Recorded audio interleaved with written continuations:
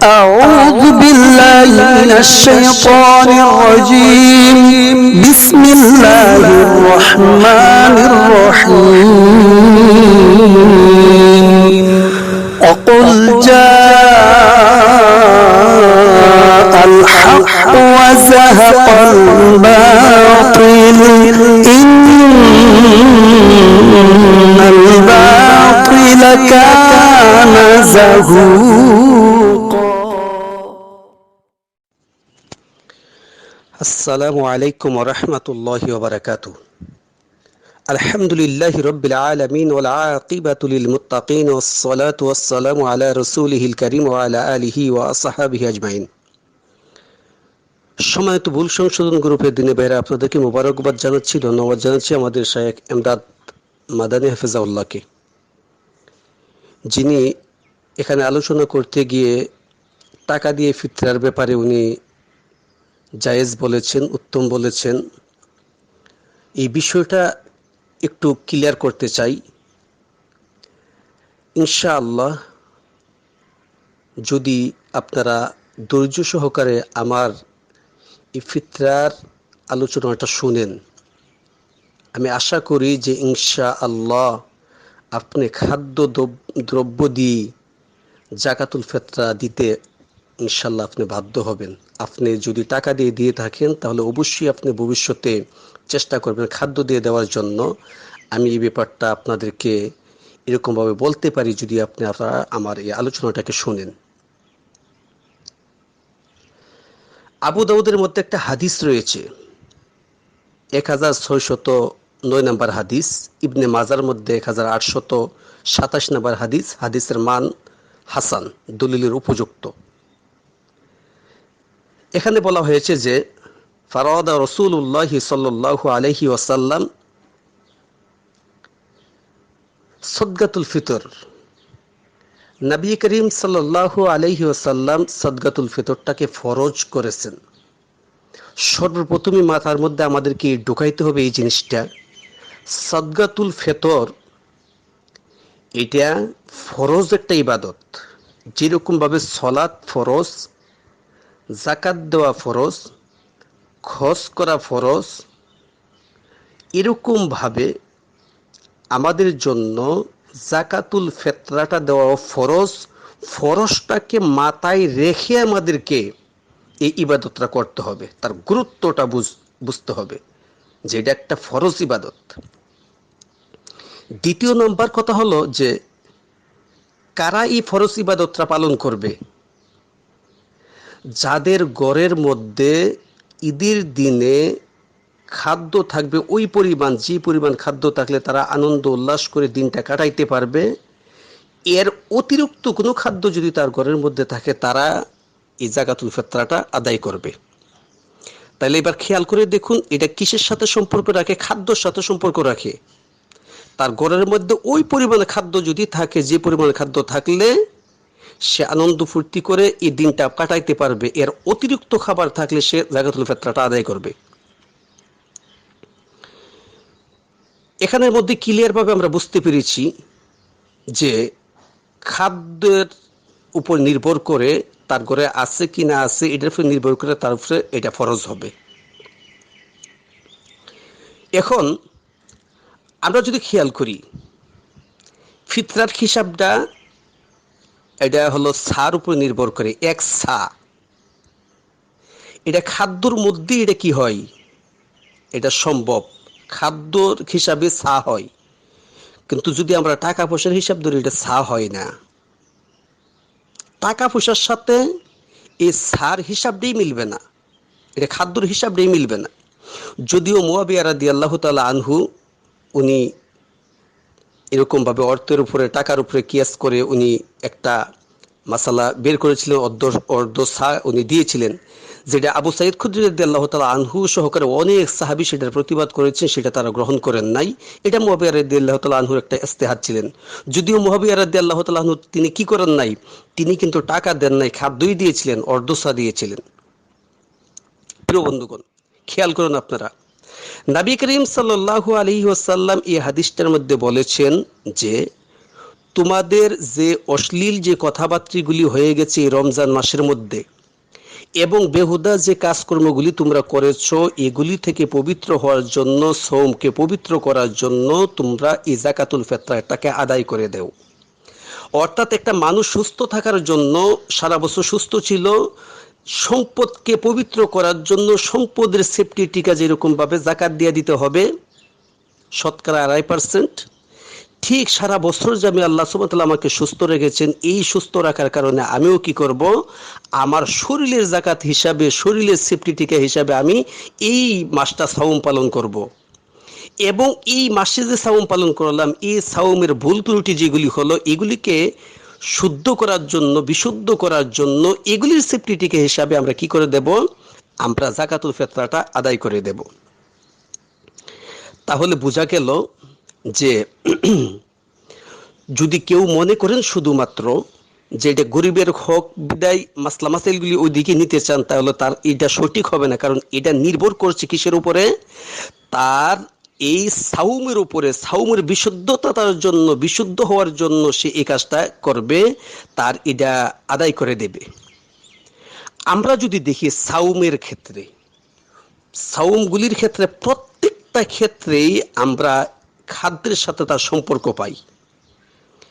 যেরকমভাবে ধরুন যে কোনো বৃদ্ধ মানুষ যে সাওম পালন করতে পারবে না, এই ব্যক্তি যদি কি করে, সে সাওম রাখতে না পারে, সে ফিদিয়া দিয়ে দিবে। সেটা কি টাকা পয়সা? অবশ্যই না। সেটা কিসের দিবে? খাদ্য খাওয়াবে। তাহলে তার ফিদিয়াটা হবে খাদ্য দিবে, খাদ্য দিয়ে এটা পূরণ করবে। তাহলে বোঝা গেল যে সাওমের যে সিস্টেমটা আছে, একটা লোক সারাদিন সাওম পালন করতে পারে নাই, সেটার কাফফারা হিসাবে, সেটার ক্ষতিপূরণ হিসাবে খাদ্য দিয়েই সেটা পূরণ করা হয়েছে। সুতরাং নবী করিম সাল্লাল্লাহু আলাইহি ওয়াসাল্লাম বলছেন, তোমাদেরও সাওমের মধ্যে যে ত্রুটিগুলি হয়ে গেছে, এটাও কি করো, তোমরা ফিতরার মাধ্যমে আদায় করে দাও। আর সেটা বোঝা যায় ক্লিয়ার ভাবে, সেটাও কিসের মাধ্যমে উত্তম হবে, কিসের মাধ্যমে সুন্নাহ হবে, এটা হলো খাদ্যর মাধ্যমে, যেটা নবী করিম সাল্লাল্লাহু আলাইহি ওয়াসাল্লাম ক্লিয়ার ভাবে জানিয়ে দিয়েছেন। প্রিয় বন্ধুগণ, খেয়াল করুন, নামাজের মধ্যে যদি কোনো ভুল ত্রুটি হয়ে যায়, সাহু সাজদার মাধ্যমে নামাজের ভিতরে, নামাজের জিনিস দিয়ে সেটাকে সংশোধন করা হয়। যেহেতু সারা দিন আমি সাওম পালন করেছি, খাদ্য থেকে বিরত রয়েছি, সুতরাং এই সাওমের যে অভাবটা রয়েছে, এই সাওমের যে ত্রুটিগুলি রয়েছে, সেটা খাদ্য দিয়েই সেটা পূরণ করতে হবে। এটাই নবী করিম সাল্লাল্লাহু আলাইহি ওয়াসাল্লামের এই হাদিসের ভাষ্য। দ্বিতীয় নম্বর পয়েন্ট হলো এরকম যে নবী করিম সাল্লাল্লাহু আলাইহি ওয়াসাল্লাম এটাকে পরিশুদ্ধ করার জন্য, বিশুদ্ধ করার জন্য যে সিস্টেম রেখেছেন, তরিকা রেখেছেন, পদ্ধতি রেখেছেন, নিয়ম রেখেছেন, সেটাকে অবশ্যই আমাদেরকে ফলো করতে হবে, এটাকে আতায়াত করতে হবে, এটাকে মান্য করতে হবে, এটাকে মেনে চলতে হবে। এটাই হলো ঈমানের দাবি। নবী করিম সাল্লাল্লাহু আলাইহি ওয়াসাল্লাম যে পদ্ধতিতে করেছেন, ফরজ কাজের জন্য নবী করিম সাল্লাল্লাহু আলাইহি ওয়াসাল্লাম পদ্ধতি শিক্ষা দিয়েছেন। সালাতের কি পদ্ধতি হবে, যাকাতের কি পদ্ধতি হবে, হজের কি পদ্ধতি হবে, প্রত্যেকটার পদ্ধতি, সিস্টেম তথা তরিকা তথা সুন্নাহ নবী করিম সাল্লাল্লাহু আলাইহি ওয়াসাল্লাম শিক্ষা দিয়েছেন। ফরজের সুন্নাহগুলি সময়ে সময়ে পরিবর্তন হয়ে যাবে এরকমটা না। সাদকাতুল ফিতরের একটা ফরজ ইবাদত, এটার জন্য নবী করিম সাল্লাল্লাহু আলাইহি ওয়াসাল্লাম যে সুন্নাহ দিয়েছেন, পদ্ধতি দিয়েছেন, সিস্টেম দিয়েছেন, তরিকা দিয়েছেন, সেটাকেই অবলম্বন করতে হবে। এটা ব্যতীত অন্য কোনো রাস্তা অবলম্বন করা যাবে না। এটা তার জন্য শোভনীয় হবে না, এটা তার জন্য ঠিক হবে না অন্য কোনো রাস্তা অবলম্বন করা। এবার আসুন দ্বিতীয় যে পয়েন্ট, সেটা হলো এটা যে নবী করিম সাল্লাল্লাহু আলাইহি ওয়াসাল্লাম বলেছেন যে মিসকিনদের খাদ্যের ব্যবস্থা করতে হবে। এই হাদিসের মধ্যে এক নাম্বার, নবী করিম সাল্লাল্লাহু আলাইহি ওয়াসাল্লাম মিসকিনদের খাদ্যের ব্যবস্থা করার জন্য বলেছেন। এখানে এই খাদ্যর কথাটা উল্লেখ আছে, এখানে অন্য কোনো কিছুর কথা না। তাইলে খাদ্য দিয়ে সেটাকে পূরণ করতে হবে। দ্বিতীয়ত কথা হলো এটা, এই জন্যই দিতে হবে যাতে করে এই ঈদের দিনে, আনন্দের দিনে তাদেরকে আর হাত পাততে না হয়। এই ভিক্ষুক, এই মিসকিন ঈদের দিনে আনন্দ করবে, ঈদের দিনেও তারা মানুষের কাছে হাত পাতবে মিসকিনের মতো, ভিক্ষুকের মতো, এই কাজটা যাতে তাদের না হয় সেই জন্য নবী করিম সাল্লাল্লাহু আলাইহি ওয়াসাল্লাম বলেছেন তাদেরকেও তোমরা খাদ্য দেও যাতে করে তারাও আনন্দ উল্লাসটা করতে পারে। এখন বোঝার চেষ্টা করুন, খাদ্য দিলে তার ঘরের মধ্যে ওই দিন খাদ্য খাবে, আনন্দ উল্লাস করবে, এটা এক জিনিস। আর একটা ফ্যামিলির মধ্যে অনেক তার প্রয়োজন থাকতে পারে, তার ঋণ থাকতে পারে, ডাক্তারের খরচ থাকতে পারে, কারেন্টের বিল থাকতে পারে, বিভিন্ন আরও আনুষঙ্গিক তার অভাব অনটন এগুলি থাকতে পারে। এখানের মধ্যে নবী করিম সাল্লাল্লাহু আলাইহি ওয়াসাল্লাম তার বিভিন্ন অভাব অনটনগুলি দূর করার জন্য সদকাতুল ফিতরকে এখানের মধ্যে ফরজ করেন নাই। ফরজ করেছেন তাকে খাদ্য দেও যাতে করে ওই দিন সে আর ভিক্ষা করতে না হয়, না চাইতে হয়, সে আনন্দ ফুর্তি করে ওই দিনটা সে কাটাইতে পারে। তার আনুষঙ্গিক যে অভাব অনটনগুলি আছে সেগুলিকে সচ্ছল করার জন্য আল্লাহ সুবহানাহু ওয়া তাআলা যাকাতের ব্যবস্থা রেখেছেন। সুতরাং যাকাতের মাধ্যমে অভাবগ্রস্ত লোকের অভাব দূর হবে, সে যে স্বাবলম্বী না সে স্বাবলম্বী হবে। এটা হলো যাকাতের কাজ, এটা যাকাত দিয়ে সম্ভব। সুতরাং যাকাতের কাজটা এখানে ফিতরা দিয়ে সেটা আদায় করা যাবে না, করার প্রয়োজনও নাই। কারণ যদি এটা করা হয় তাহলে উল্টা বুঝ হবে। সদকাতুল ফিতর আদায় করব এই জন্য যাতে করে তার ঘরের মধ্যে কি হয়, ওই দিনটাতে সে আনন্দ উল্লাস করতে পারে, তাকে অন্য করে হাত পাততে না হয়। সুতরাং ক্লিয়ারভাবে আমরা বুঝতে পেরেছি যে নবী করিম সাল্লাল্লাহু আলাইহি ওয়াসাল্লাম খাদ্য দেওয়ার কথা বলেছেন ওই দিনটাতে সে যাতে উল্লাস করতে পারে, বাচ্চা কাচ্চা নিয়ে সে খাবার খাইতে পারে। সুতরাং টাকা পয়সা দিয়ে তার অন্য অভাব ওই দিন দূর করে দেও এটা উদ্দেশ্য না, এটার জন্য যাকাতের ব্যবস্থা রয়েছে। আমরা ক্লিয়ারভাবে জিনিসগুলি একটু বোঝার জন্য চেষ্টা করি। এবার আমার প্রশ্ন হলো, কেন তাকে টাকা দিব আমি? টাকার প্রশ্নটা আসলো কেন, কোন কারণে টাকার প্রশ্ন আসলো, এই জিনিসটা আমাদেরকে বিবেক বিবেচনা করতে হবে। টাকার প্রশ্ন আসলো এই জন্য যে আগে তো ছিল এরকম খেজুর ছিল, যেটাই ছিল সেটা তো তারা সরাসরি এরকমভাবে খাইতে পারতো। এখন যদি আমি চাউল দিই, চাউল কি সরাসরি সে এরকমভাবে ভাত ফাঁকায় শুধুমাত্র ভাত খাবে? আর আমরা আমাদের ঈদের দিনে আমাদের ঘরের মধ্যে কি খাচ্ছি, আমাদের বাসাতে কি খাচ্ছি, আর আমি শুধু চাউল দিয়ে দিচ্ছি, সেটা দিয়ে কি তার হবে? বরং তার তো অনেক কিছু প্রয়োজন আছে, সুতরাং টাকা দিলে অনেকগুলি সেগুলি পূরণ হবে। এটি হলো তার একটা উদ্দেশ্য। আসলে এটা উদ্দেশ্য নয়, এটা হলো তার কথাটা ঠিক আছে, কালিমাতুল হক এরাদাতুল বাতিল, তার কথা ঠিক, উদ্দেশ্য খারাপ। উদ্দেশ্য খারাপ মানে হলো এটা যে সে কিছু দিয়ে তার জানটাকে ছোটাইতে চাইছে। নবী করিম সাল্লাল্লাহু আলাইহি ওয়াসাল্লাম যে বললেন তার ঘরের মধ্যে খাদ্য পৌঁছে দাও, এই আদেশটা অমান্য করার জন্য, অমান্য যে হচ্ছে তার সে জ্ঞান নাই। এই আদেশটা যে সে পালন করছে না এই জ্ঞানটা তার মধ্যে নাই। অর্থাৎ সে চাচ্ছে কিছু 60 টাকা 70 টাকা দিয়ে আমি আমার জানটা ছড়াই চলে আসি। এটা সে একটা সুযোগ গ্রহণ করলো। আর এই সুযোগটা সবাই গ্রহণ করতে চাচ্ছে। আসলে তাই কি, এটা কি সঠিক? আপনার ঘরে পোলাও খাবেন, আপনার ঘরের মধ্যে গোস্ত খাবেন, আর তার ঘরের মধ্যে আপনি শুধু একটু চাল দিয়ে আসলেন, অথবা 70 টাকা দিয়ে আসলেন, 60 টাকা দিয়ে আসলেন।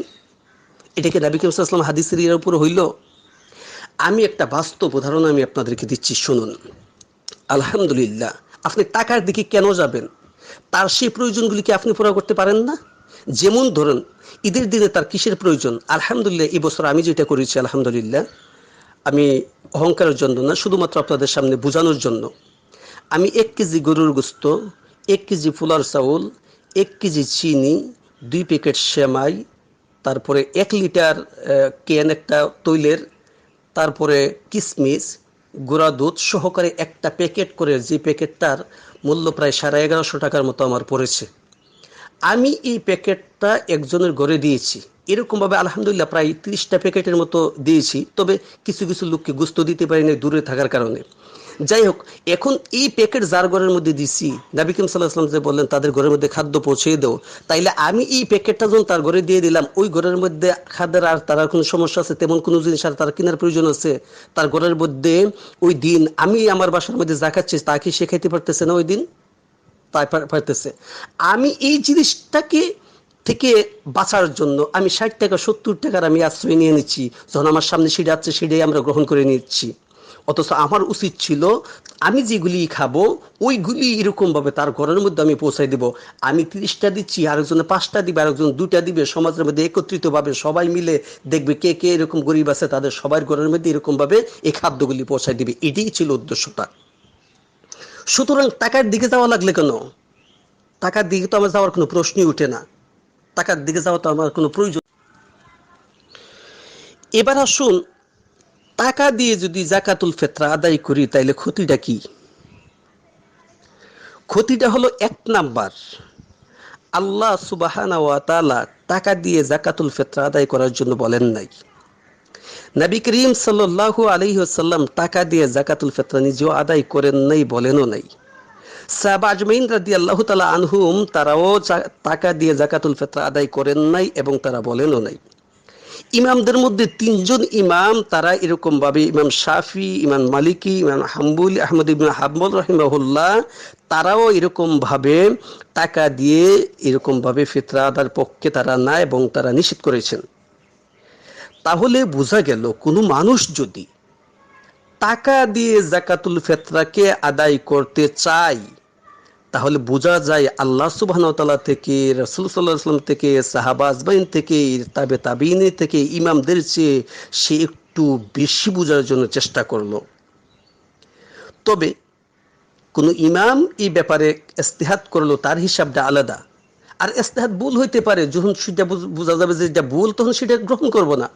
ইজতিহাদের জন্য তাকে আমরা অপরাধী মনে করব না, কিন্তু ইজতিহাদ ভুল প্রমাণিত হলে সেটা আমরা গ্রহণ করব না।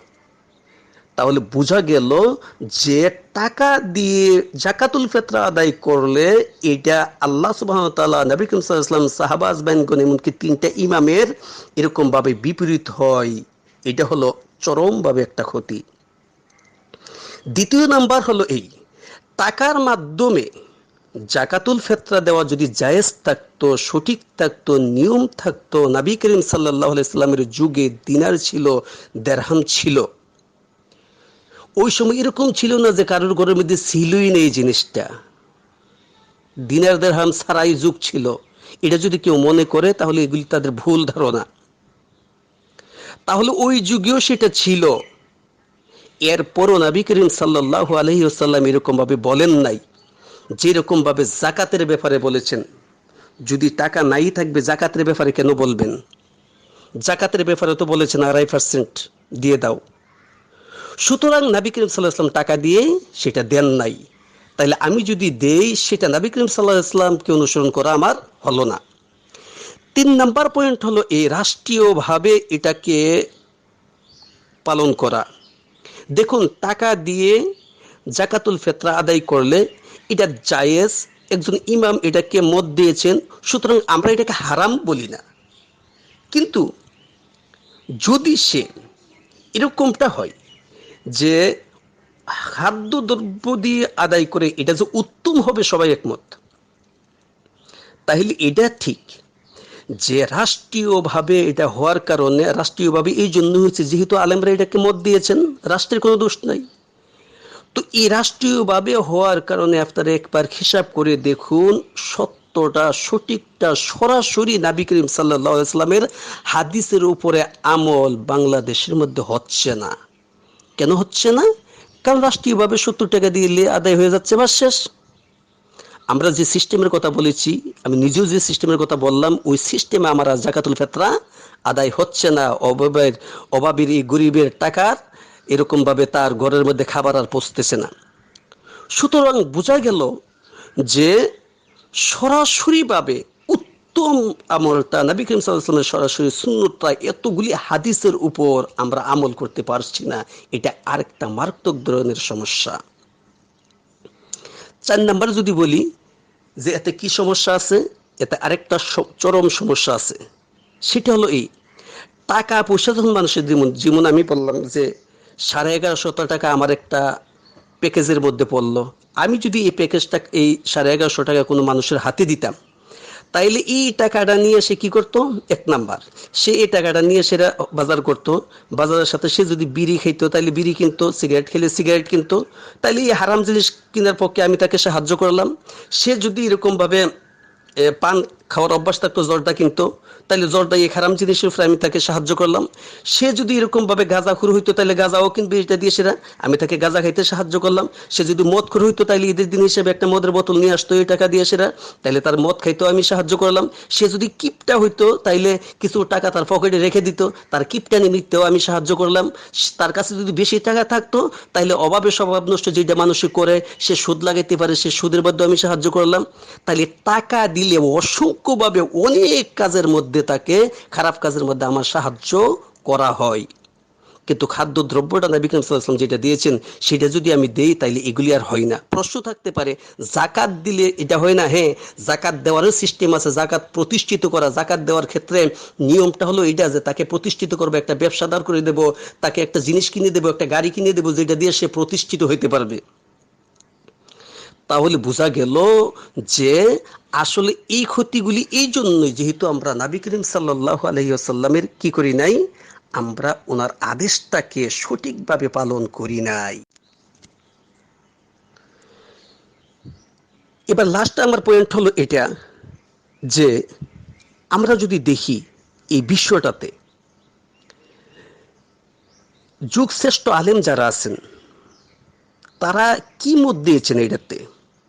আমরা যদি দেখি শেখ আলবানী রাহিমাহুল্লাহ, শেখ উসাইম রাহিমাহুল্লাহ, ইমাম ইবনে বাজ রাহিমাহুল্লাহ, সৌদি আরবে যিনি প্রধান মুফতি ছিলেন, ইমাম শাফি রাহিমাহুল্লাহ, ইমাম মালিক রাহিমাহুল্লাহ, ইমাম আহমদ ইবনে হাম্বল রাহিমাহুল্লাহ, ইমাম ইবনে আব্দুল বার রাহিমাহুল্লাহ, ইমাম নববী রাহিমাহুল্লাহ সহ অনেক এরকম বিদ্বানগণ তারা ফতোয়া দিয়েছেন। তাদের বক্তব্য হলো, তাদের লেকচার হলো, তাদের সিদ্ধান্ত হলো, তাদের মাসালা হলো, টাকা দিয়ে যদি জাকাতুল ফিতরা আদায় করা হয় সেটা জাকাতুল ফিতরা আদায় করা হবে না।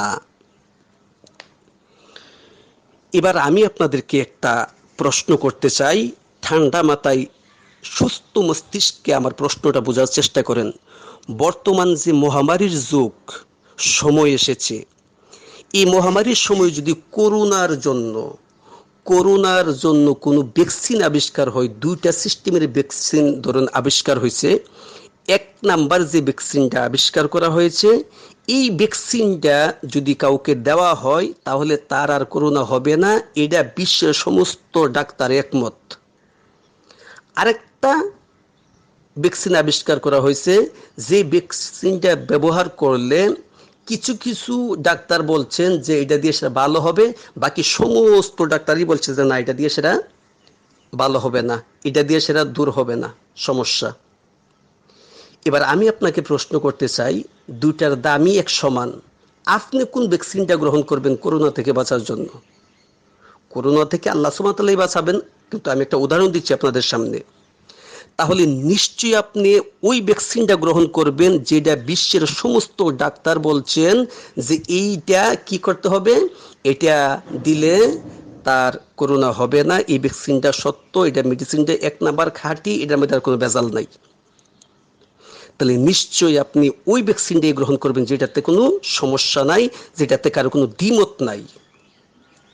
যদি আপনি এই উদাহরণটা বুঝে থাকেন, আপনি এবার আমার এই উদাহরণটা বুঝেন যে টাকা দিয়ে যদি জাকাতুল ফিতরা আদায় করা হয়, কিছু কিছু আলেমের মতে সেটা আদায় হয়ে যাবে, বাকি সমস্ত আলেম উলামার মতেই সেটা আদায় হবে না। টাকা দিয়ে জাকাতুল ফিতরা আদায় করার ব্যাপারে আল্লাহ সুবহানাহু ওয়া তাআলা বলেন নাই, নবী করিম সাল্লাল্লাহু আলাইহি ওয়াসাল্লাম বলেন নাই, সাহাবাগণ বলেন নাই, তিনজন ইমামও বলেন নাই, এগুলির বিপরীত। এখন আরেক দিক দিয়ে খাদ্য দিয়ে যদি জাকাতুল ফিতরা আদায় করা হয়, সবাই একমত যে এটা উত্তমভাবে আদায় হয়ে যাবে। তাহলে এবার আপনি বলেন তো, আপনি আপনার শরীরের ভ্যাকসিনটা, আপনার শরীরের সেফটি টিকাটা কোনটা দিয়ে নেবেন? আপনি কি খাদ্য দিয়ে সেটা গ্রহণ করবেন সেফটি টিকাটা, না টাকা দিয়ে গ্রহণ করবেন যেটা নিশ্চিত না সেটা দিয়া, না সেটা যেটা 100% নিশ্চিত সেটা দিয়া? আপনি কি এরকম এই রোগের অবস্থার মধ্যে এরকম কোনো ভ্যাকসিন নিতে চাইবেন যেটা দেশে আপনার এরকম সমস্যা যেটা কাজ হইতেও পারে নাও পারে? তাইলে আপনাদের বিবেকের উপরে আমি কথাটা ছেড়ে দিলাম। নিশ্চয়ই খাদ্যদ্রব্য দিয়ে কেউ যদি জাকাতুল ফিতরা আদায় করে সেটা তার 100% তার জন্য এটা সুন্নাহ সহকারে আদায় হয়ে যাবে। পৃথিবীর সমস্ত আলেম এটাতে একমত, কিন্তু টাকা দিয়ে দিলে এটা দ্বিমত। সুতরাং আমি যেহেতু আমার জীবনের আমার সেফটি এরকমভাবে ভ্যাকসিন নেব, আমার সেফটি টিকা নেব, আমি কেন দুদুর মুদুরের মধ্যে যাব, হবে কি হবে না, কেউ বললো কি না বললো, আমি 100% যেটা আছে সেটাতেই আমি গ্রহণ করব। সবচেয়ে বেশি আনন্দ, বেশি উল্লাস, বেশি তৃপ্তি পাবো তখন যখন আমি দেখব যে আমার ইবাদতরা নবী করিম সাল্লাল্লাহু আলাইহি ওয়াসাল্লামের সুন্নাহ অনুসারে হয়েছে, সাহাবীদের সুন্নাহ অনুসারে হয়েছে।